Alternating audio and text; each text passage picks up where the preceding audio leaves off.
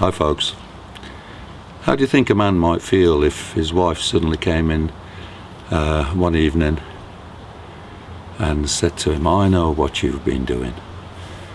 I hate you. You're despicable. This marriage is over. And then his daughter, his 12-year-old daughter, came in and said something roughly the same. Daddy, I hate you. I don't want any more to do with you. I know what you've been doing. And then both of them together, they go down to the police station and they say to the police sergeant, will you arrest my husband? He's a despicable criminal and I will give you the evidence that you need. How do you think a man would feel at that point? One day I was walking down one of the wings in the prison, and all of a sudden a man came out of the crowd, ran up to me, grabbed me very strongly by the arm and said, Chaplain, I've got to talk with you. I've just got to talk with you. I've got a question I must ask you.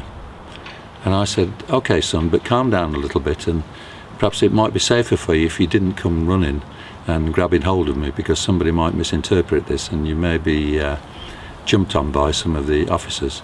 So calm down, give me your cell number, and I'm off to do now an application to visit someone who's put in an application to see a chaplain. I will go and see to them, and then I will come back and I will see you. Okay? So he gave me a cell number, and I took off and did what I had to do. Unfortunately, as so often in prison life, you get so encumbered with seeing different people, I never did get back to see him that day. The next day I was going down the same wing and the same thing happened. This guy came running up to me, grabbed me by the arm very strongly and said, Chaplain, I've got to talk to you. I've just got to talk to you. I've got to ask you a question. So I said, okay, I can see that you're desperate. I'll cancel everything for this morning. I'll take you up to the chapel. We'll find an office and you can ask me a question there. So we did. We went up to the chapel. We found a small room that we could use, and we went in and I said, now tell me son, what is your question? What do you want to know?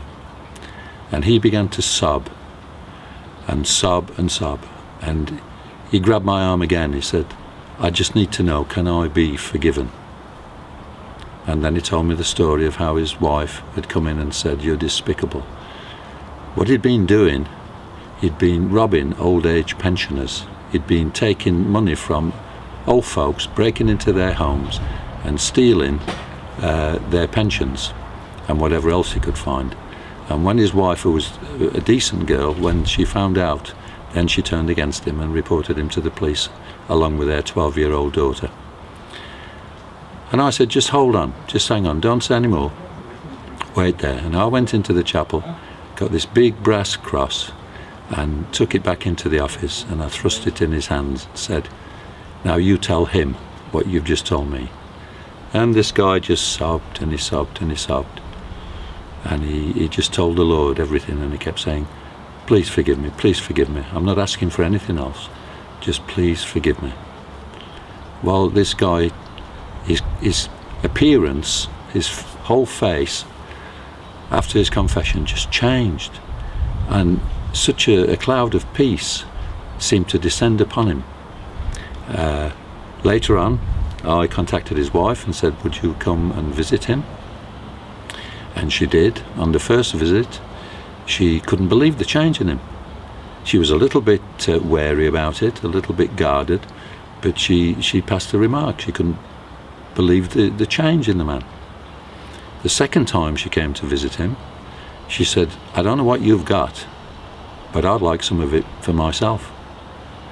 And the full story is on our website, herscreenchurch.org.uk. It's about 20 minutes long. You can see the full story on there. But again, I just want to repeat, this is the kind of order that God wants to bring into chaos in the lives of people. This is something he's particularly good at, something he loves to do. So why not visit the website, look on the audio page, and you'll find, I think it's called The Conversion of a Thief. That's it, The Conversion of a Thief. Visit the website, take a look. and have a look at all the other good things on there aimed at blessing you. Okay, have a good week. Bye for now.